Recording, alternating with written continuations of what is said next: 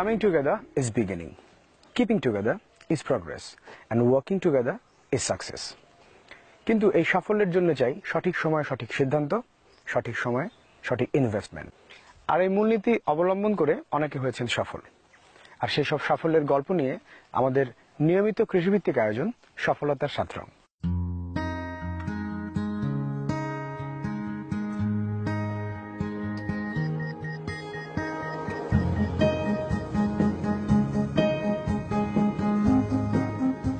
অনেক আগে থেকেই হাঁস মুরগির পাশাপাশি কোয়েল পাখিও গৃহপালিত হয়ে আসছে। হাঁস মুরগির তুলনায় কোয়েল পাখি প্রোটিনের চাহিদা বেশি মাত্রায় পূরণ করতে সক্ষম।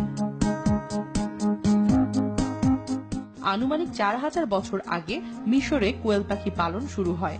পিরামিড নির্মাণের সময় শ্রমিকদের প্রোটিনের চাহিদা পূরণের জন্য কোয়েল পালন শুরু হয় বলে ধারণা করা হয়। তাছাড়াও চীনে কোয়েল পালনের একটি বড় নিদর্শন দেখা যায়। খ্রিস্টপূর্ব ৭৭০ বছর আগে এর সূত্রপাত। কোয়েলের অনেকগুলো প্রজাতি চীন থেকে উদ্ভাবিত। এরপর বেশ অনেকটা সময় কোয়েল পাখি পরীক্ষাগারে গবেষণার জন্য ব্যবহার করা হতো। আধুনিক বিশ্বে আনুমানিক ১১০০ শতকে জাপানে প্রথমবারের মতো বাণিজ্যিকভাবে কোয়েল পালন শুরু হয় এবং তার থেকেই বিশ্বব্যাপী ছড়িয়ে পড়ে কোয়েল পালন।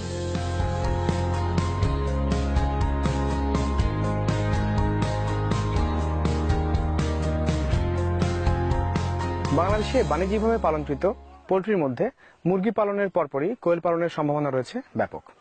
আজ আমরা এসেছি টাঙ্গাইলের সখীপুর থানার কচুয়া গ্রামে, সোনার বাংলা কোয়েল হ্যাচারি অ্যান্ড কোয়েলারি লিমিটেডে। জানবো শামীমাল মামুনের সফলতার গল্প।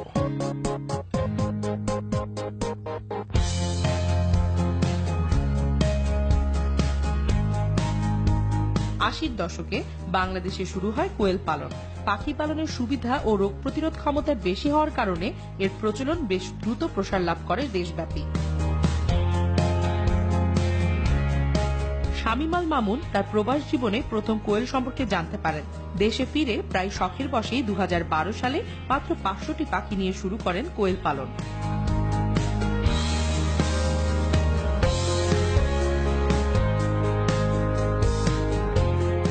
ভালো লাভ দেখেই তিনি তার শখটিকে পরিবর্তন করেন একটি লাভজনক ব্যবসায়।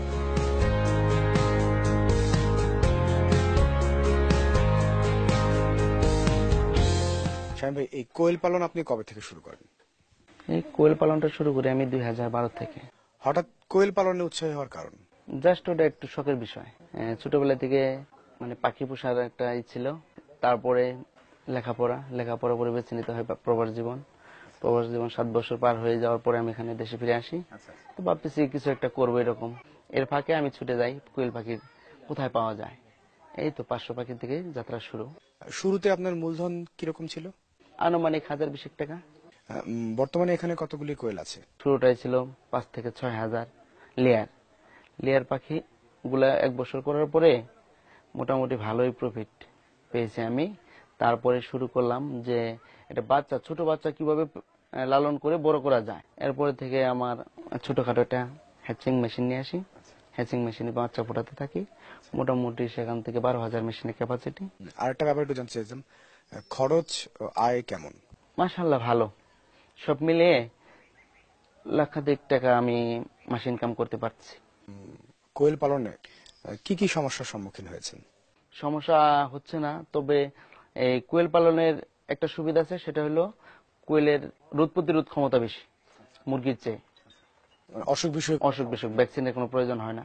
মার্কেটিং এর জন্য কি পদ্ধতি ব্যবহার করেছেন, বাজারজাতকরণ আর কি? শুরুর থেকে ১ বছর আগে যেমন মার্কেটিং ছিল ওই তুলনায় এবছরটা অনেক চেঞ্জ হয়ে গেছে। কারণ মানুষ জানতেছে, বুঝতেছে, খাইতেছে এবং এটা গুণাগুণগুলো মানুষ জানতেছে এখন, আগে জানতো না। এইভাবে মার্কেটটা প্রচার হচ্ছে। কোয়েল পালনের জন্য কোনো ট্রেনিং কি আপনি নিয়েছেন? শুরুটা ওইরকম ট্রেনিং নেওয়ার সুযোগ হয় নাই, যেহেতু শখের বিষয়। পশু অধিদপ্তরের ডাক্তার ডক্টর মিজানুর রহমান ভাই, উনি আমার অনেক সাপোর্ট দিছে। সরকারি ও বেসরকারি কোনো সুবিধা কি পেয়েছেন, লোন? না, এরকম কোনো চিন্তা আমার করি নাই, যেহেতু ব্যক্তি মালিকানায় এটা করা।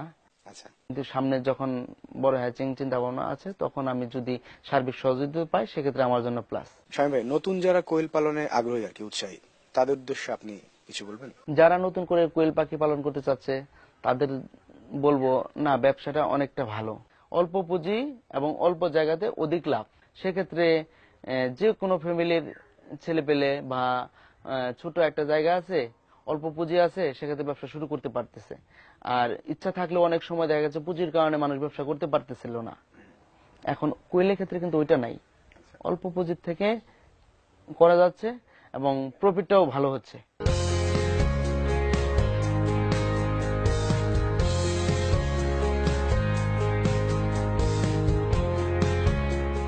বর্তমানে শামীম আল মামুনের কোয়েল ফার্মে রয়েছে প্রায় 16,000 পাখি।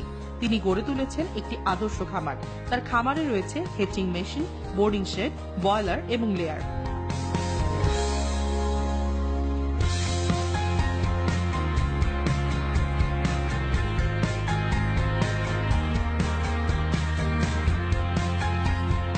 দেখেন এখানে এই মেশিনটা থেকে এইভাবে ডিম সেটিং দেওয়া হয়। একটা ট্রেতে মোটামুটি কতগুলি? 6 জনে 1200। মেশিনের ক্যাপাসিটি 12,000। সব মিলে সময় কতদিন লাগে? 18 দিন। এগুলি কি হবে? হ্যাঁ, এগুলা মেডিসিন। ছোট বাচ্চা থেকে শুরু করে বড়গুলা পর্যন্ত এখানে মেডিসিন দেওয়া আছে, স্টেপ বাই স্টেপ খাওয়াতে হয় এগুলারে। এটার কোনো আলাদা প্রেসক্রিপশন আছে? হ্যাঁ, প্রিসক্রিপশন করে দেয়। সেক্ষেত্রে ওনাদের দেখে দেখে এখন অনেকটা আমার নিজেই চলে আসে। হ্যাঁ খাবারে চলে আসছে।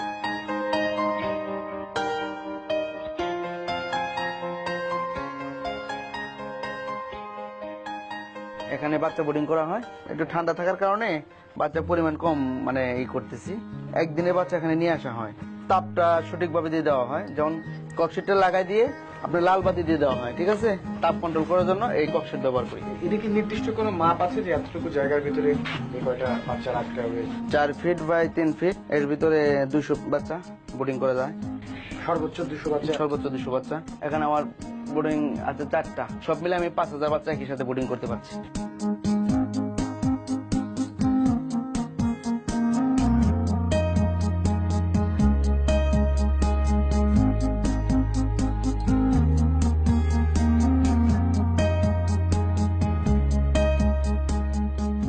এই যে কোয়েলটা, এটা আপনার 4 সপ্তাহে যেটা চেনার উপায়, এটা এখন মুরগি পাখি। এটা আমি বাছাই করে মুরগি পাখিগুলো আলাদা করে ফেলছি। এটা লেয়ারে চলে আসছে। এটা হয়তো এটা বয়স আজকে 35 ডে। হ্যাঁ, 35 দিন। এটা আপনার 42 থেকে 45 দিনের মধ্যে ডিমে চলে আসবে।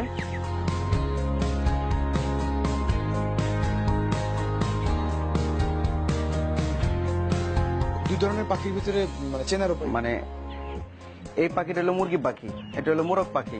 চেনার উপায় আপনি এখানে ফলো করেন। নিচে দেখতে পাচ্ছেন কালো চিট দেখা যাচ্ছে, হ্যাঁ? আর এটার নিচে কেমন লালচে, না লালচে। আর এটার মধ্যে ডিফারেন্স ভিন্ন, তাই না? এটা কালো আর এটা লালচে। এই কালার পাখিটা হবে কি পাখি? মোরগ পাখি। আর এটা মুরগি পাখি। এগুলির কি আলাদা কোনো জাত আছে? হ্যাঁ, কোয়েলিং। এটা হলো আপনার জাপানিজ কোয়েল। জাপানিজ কোয়েলের মধ্যে আপনার 4টা কালার হয়। যেমন আপনাকে আমি দেখাচ্ছিলাম, ওই যে বাদামি বর্ণের একটা কালার, আর একটা কালো, আর একটা সাদা। হ্যাঁ হ্যাঁ, দেখতে পাচ্ছেন। যেমন এই যে একটা বাদামি বর্ণের কালার, এটা একটা জাত। জাত বলতে এটা কালার বলা চলে। পার ডে কি পরিমাণ খাবার খাচ্ছে বা মাসিক কতখানি কি পরিমাণ খাবার খায় ওরা? 1000 পাখি আপনি ছোটবেলায় যে বয়স অনুপাতে আপনি স্টেপ বাই স্টেপ বাড়তে থাকে। যেমন এগুলো বয়স আজকে 35 দিন। এখন এগুলা সর্বোচ্চ খাবার খাবে 18 থেকে 20 গ্রাম পার ডে। যখন এটা ফুল প্রোডাকশন চলে আসবে সেক্ষেত্রে আপনার 25 গ্রাম সর্বোচ্চ খাবার খাবে। এগুলি হচ্ছে আর একটু ছোট? হ্যাঁ, ওই জাতের চেয়ে এই পাখিগুলা আর একটু বয়সের ছোট। ওটা 5 দিনের ছোট পাখি এটা। এই জন্য আলাদা জায়গায়? হ্যাঁ, আলাদা জায়গায়, মানে আলাদাভাবে মেশিন থেকে বেরিয়ে আসা। সেক্ষেত্রে আপনার আলাদা পরিচর্যা করা হয়েছে, বোর্ডিং রুমে আলাদা রাখা হয়েছে এবং এটা রুমটাও আলাদা। ছোটবেলায় যখন এরা একদিনে বাচ্চা, এই খাবারটা তো আর খেতে পারবে না, তাই না? জি, এই খাবারটারে চূর্ণ করে নিতে হবে মেশিনে। দেখুন এগুলো কি আরো একদম গুঁড়ো গুঁড়ো করে ফার্স্ট টাইম 1 সপ্তাহ খাওয়াতে হবে। তারপরে এটা হালকা গুঁড়ো করতে হবে। ওইটা আপনার আর 5-7 দিন খাওয়াতে হবে। ওর যখন ওদের মোটামুটি একটা বয়স চলে আসবে তখন অটোমেটিক এই ছোট খাবারটা খেতে পারবে। মানে মোটামুটি হচ্ছে আপনার প্রায় 3 লেভেলের লেয়ারের। হ্যাঁ,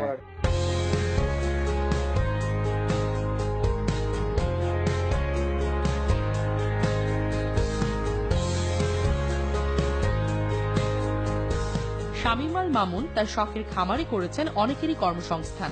সার্বক্ষণিকভাবে 10 জন শ্রমিক এই ফার্মটিতে কর্মরত রয়েছেন।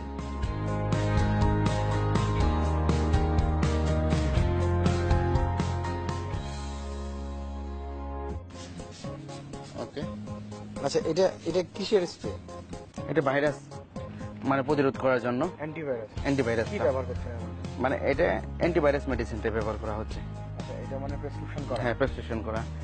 এখন আপনি বয়লার রুমে থেকে চলে আসলেন লেয়ার রুমে, ওই রুমের যে ভাইরাসটা এই রুমে প্রবেশ করতে পারে, সেক্ষেত্রে এখন নিরাপদ। এগুলো লেয়ার, এখানে আমার 6000 লেয়ার আছে। কতগুলি এরকম খাঁচা কতগুলি আছে? 60 পিস, 60 পিস। প্রত্যেকটা খাঁচার ভিতরে? প্রতিটি খাঁচার ভিতরে আপনার 100 পিস করে পাখি দেওয়া আছে। সর্বোচ্চ 100 পিস করে? সর্বোচ্চ 100 পিস করে। শামীম ভাই, কতদিনের মুরগি আছে এখানে? বয়স কত? 2 স্টেপের পাখি আছে। 18 মাস যাবত আমি ডিম পাচ্ছি এমন পাখি আমার ওখানে রয়ে গেছে। আর এই পাখিগুলা ডিম পাচ্ছে আজকে 6 মাস হয়। আচ্ছা, ভালো কথা। আমি যেটা জিজ্ঞেস করতে একদমই ভুলে গেছি, সেটা হচ্ছে যে এক একটা মুরগি কতদিন পর্যন্ত ডিম দেয়? মানে লেয়ার মুরগির মতোই সেম, 18 মাস ডিম দিতে পারে না। 18 মাস ডিম দেওয়ার পর তারপরে মুরগি মানে এই মুরগিগুলো মাংস হিসেবে সেল করে দেওয়া হয়। জি। পার ডে কতগুলি ডিম? পার ডে আমি 5000 ডিম পাচ্ছি। 5000 ফিক্সড, কম বেশি হয়? হ্যাঁ, কম বেশি হয়। এটা প্রায় 18 মাস যাবত ডিম দিতেছে, এখনো এগুলা 70 আপ প্রোডাকশন। আচ্ছা, এখন পর্যন্ত ডিম তারা হ্যাঁ, স্টিল দিয়ে যাচ্ছে। আর বেশ কিছুদিন পরে এগুলি কি বন্ধ করে? হ্যাঁ, এগুলাকে রিজেক্ট করে দেবো। আচ্ছা, আর এগুলির হলো যে খাবারের জন্য? এটা আপনার পানির পাত্র, এখানে আপনার পানি খাচ্ছে পাখি, আর এটা হলো আপনার খাবারের পাত্র। আর এখান থেকে ডিমে চলে আসে, ডিমগুলা এই যে, ডিম পাড়তেছে আর আপনার এখানে চলে আসতেছে। আর এগুলির যে হলো আপনার ডাস্ট যেগুলি আর কি, হ্যাঁ, হ্যাঁ, হ্যাঁ, এগুলি পরিষ্কার পরিচ্ছন্ন কেমন করে করছে? প্রতিদিন সকালবেলায় আগে বিছানাটা পরিষ্কার করে নেবে, তারপরে ওই কাঠের গুঁড়ি দিয়ে দিবে, তারপর পরিষ্কার করা শেষ, পানি পাত্র পরিষ্কার করে নিয়ে খাবার দিয়ে দিবে। প্রতিদিনের রুটিন একবার জাস্ট সকালবেলা। Very good. প্রতিদিন কি পরিমাণ খাবার ওরা খাচ্ছে? একটা পাখি সর্বোচ্চ 20 থেকে 25 গ্রাম খাবার খায় per day? Per day.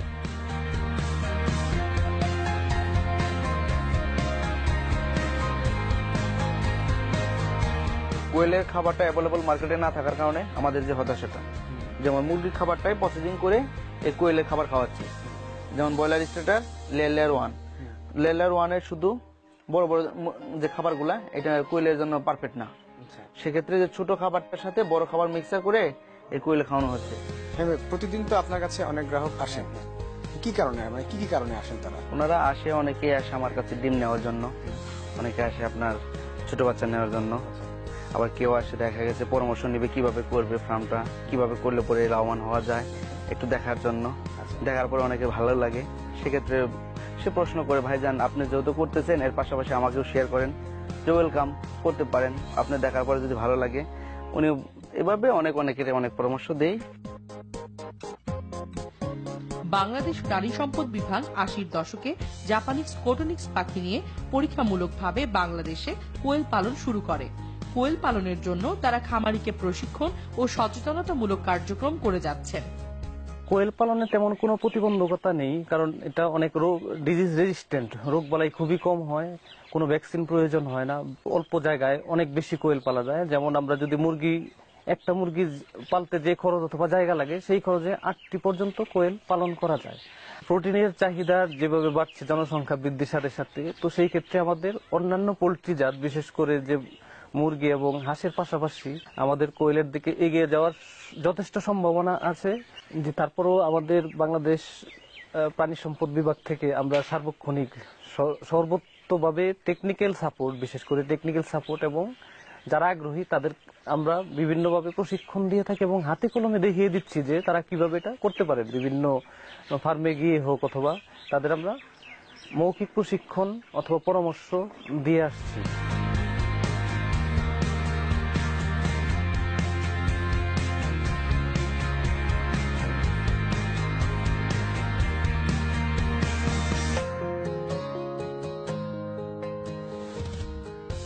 Shamim আল মামুনের কোয়েল ফার্ম দেশব্যাপী আজ অনেকেই করেছে উদ্বুদ্ধ। তার মাধ্যমে গড়ে উঠেছে আরো অনেক কোয়েল ফার্ম, হয়েছেন অনেকেই স্বাবলম্বী।